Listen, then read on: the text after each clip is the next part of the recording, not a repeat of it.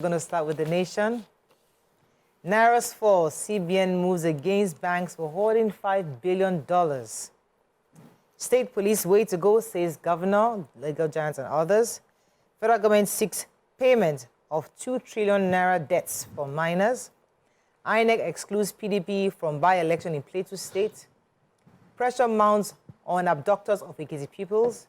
And I am the unifier for Edo PDP, says Ighodalo. Okay, which story? Major headline. Major headline, please break it down for us. According to the central bank, these deposit money banks are the orders of the dollars that are causing the scarcity, therefore, causing the fall of the nairas against the dollar. And they have instructed that failure to comply with the directive to release those dollars to businesses and individuals in need of dollars, it will result in sanction in accordance with their existing rules and regulations. So they said that they hoarded these dollars be above the threshold that is allowed for deposit money banks to keep. And yesterday, when the directive came out, we could see a 17 Naira gain on the Naira. And dollar went from 1,500 and 20 Naira to 1,450 Naira. And they said they insist that they will carry out this new sanctions on the banks. They said deposit money banks should not be hoarding.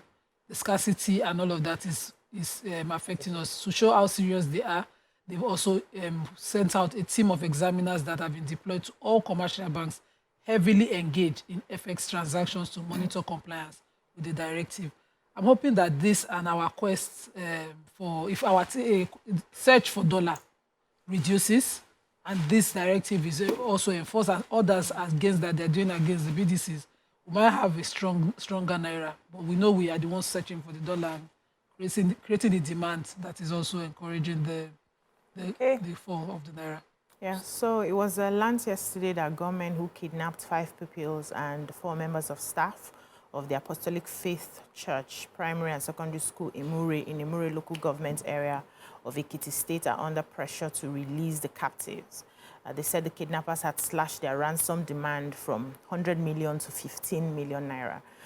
The government on Monday, we know the story, how they ambushed, the conveying victims to Emure, and thereafter they started demanding 100 million for their release.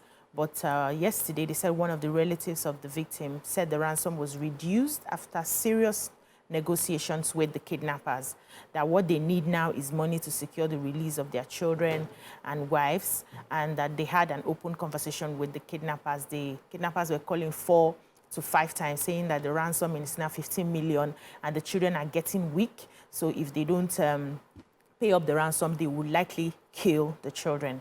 They said they are currently begging the kidnappers to take 4 million, but they are insisting on that 15 million Naira.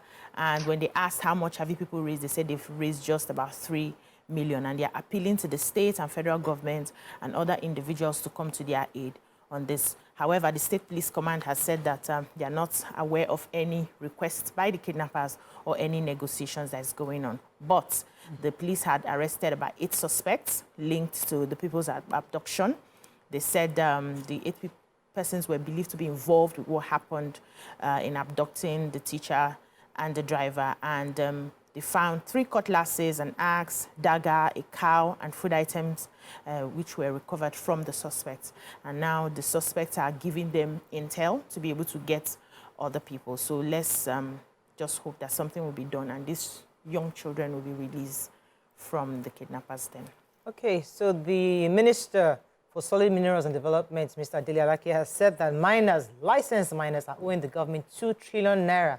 And he has asked that they begin to make payments. According to him, he was represented at Media Pali yesterday in Kaduna, and he said in Kaduna State alone, they're owing about 300 million Naira to the government. And he has also told governors to abstain from collecting money from these miners because the money shouldn't be going to the governor, it should be going to the federal government. So he said that we have made it very clear to the operators to clear their debt.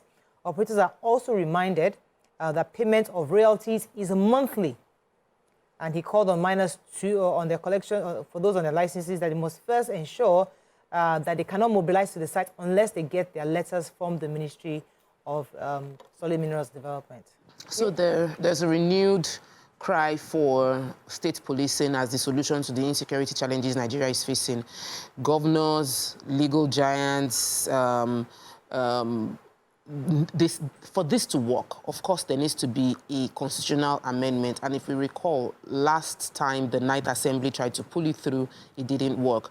But the governors are now calling, PDP governors are supporting. One of the governors, Bauchi State Governor, visited Plateau State Governor and mentioned the need for state policing as the solution to the inconsistent insecurity challenges that Nigeria is facing, from kidnapping to banditry to herdsmen attack, and that the ratio of current police to citizen is too low, and that the system of having somebody from Anambra, that's from the legal giants, they're saying it, that Anambra to Zamfara to police them will not work, and that people in states that are governed by Amoteco are sleeping with their... It says Zamfara, we see it in Zamfara and we see it in with Amoteco in the southwest, that people are able to sleep more with their eyes closed because they know that they know each other, that their citizens are also watching over them, and we should create a legal structure to properly set up state police as a way to go. And I'm really hoping that right now it goes from talk shop to execution. Let's not just clamor for it. Let's make sure that we are implementing the process to ensure state policing is the norm. Okay, moving on quickly now to Punch. Abductions, 15 states enlist 50,000 vigilantes against kidnappers. By-elections, Inspector General warns troublemakers, restricts movement in 26 states. Protest rocks OAUTH, over 2,000 sacked workers. Lagos Chinese firm seal rail and bridge project deals. FS, the UK, US, others jump by 55%.